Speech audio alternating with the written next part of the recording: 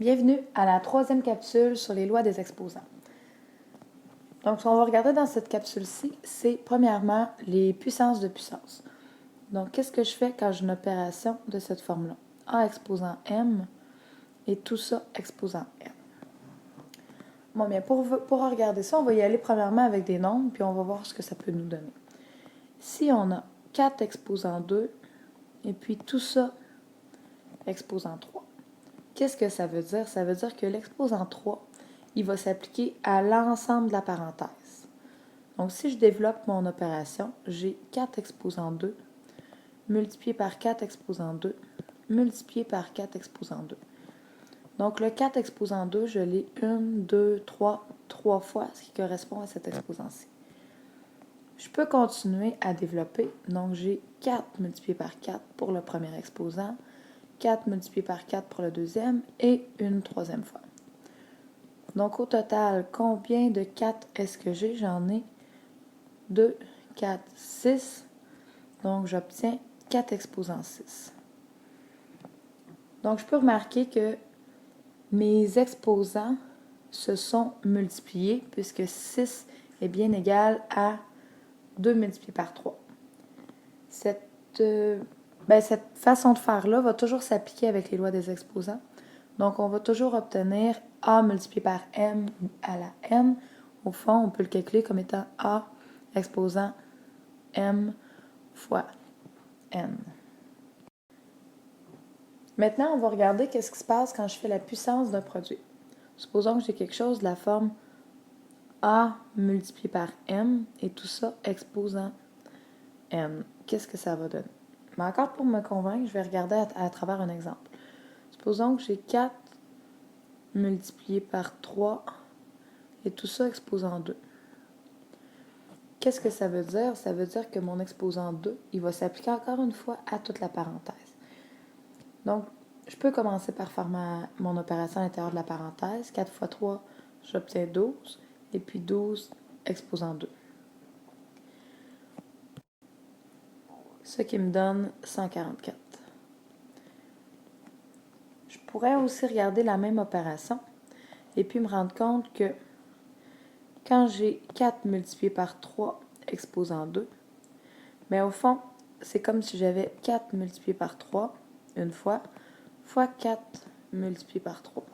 Donc, qu'est-ce que j'obtiens? Mais comme c'est commutatif, je peux changer mes nombres de places. Donc, j'obtiens 4, je l'ai une fois, 2 fois. Donc, j'ai 4 exposant 2.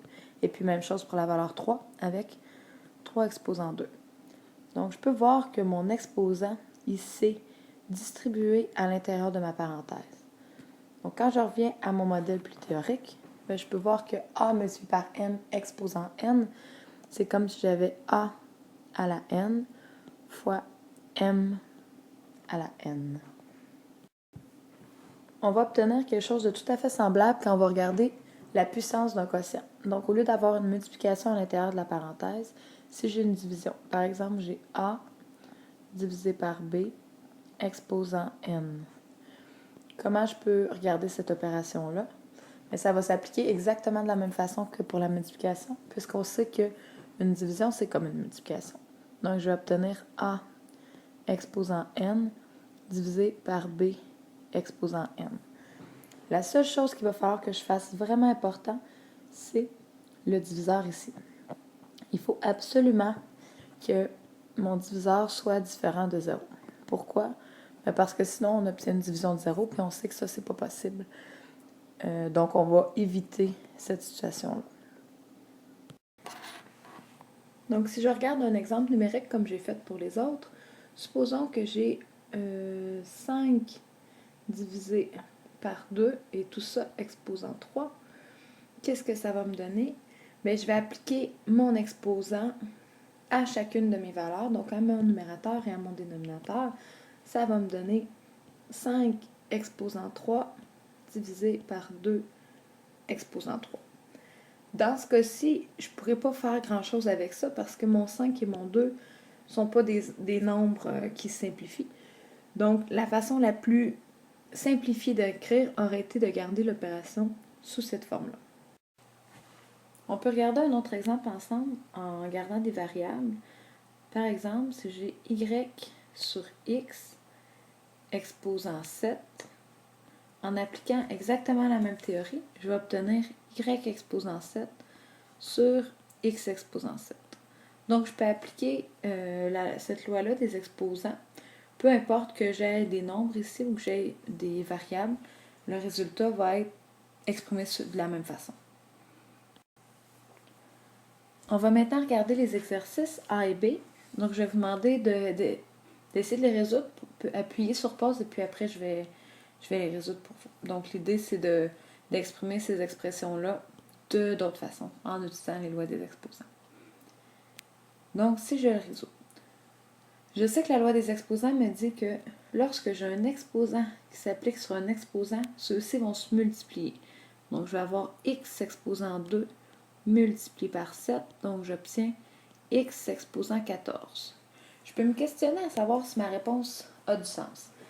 Mais on se rappelle que x à la 2 exposant 7, c'est comme si j'avais x2 multiplié par x2 multiplié par x2 multiplié par x2, et ça 7 fois. Donc en tout des x2, j'en ai 7, donc en tout mes exposants vont en donner 14. Si je regarde le b maintenant, j'utilise une autre loi qui me dit que mon exposant, quand il s'applique sur une multiplication, il s'applique sur chacun des termes. Donc ça donne x exposant 4, y exposant 4. Parce que comme on a vu, c'est xy multiplié par xy multiplié par xy 4 fois. Donc si je regroupe toutes les x ensemble, j'en ai 4 et toutes les y ensemble, j'en ai 4. Donc ça donne x exposant 4, y exposant 4.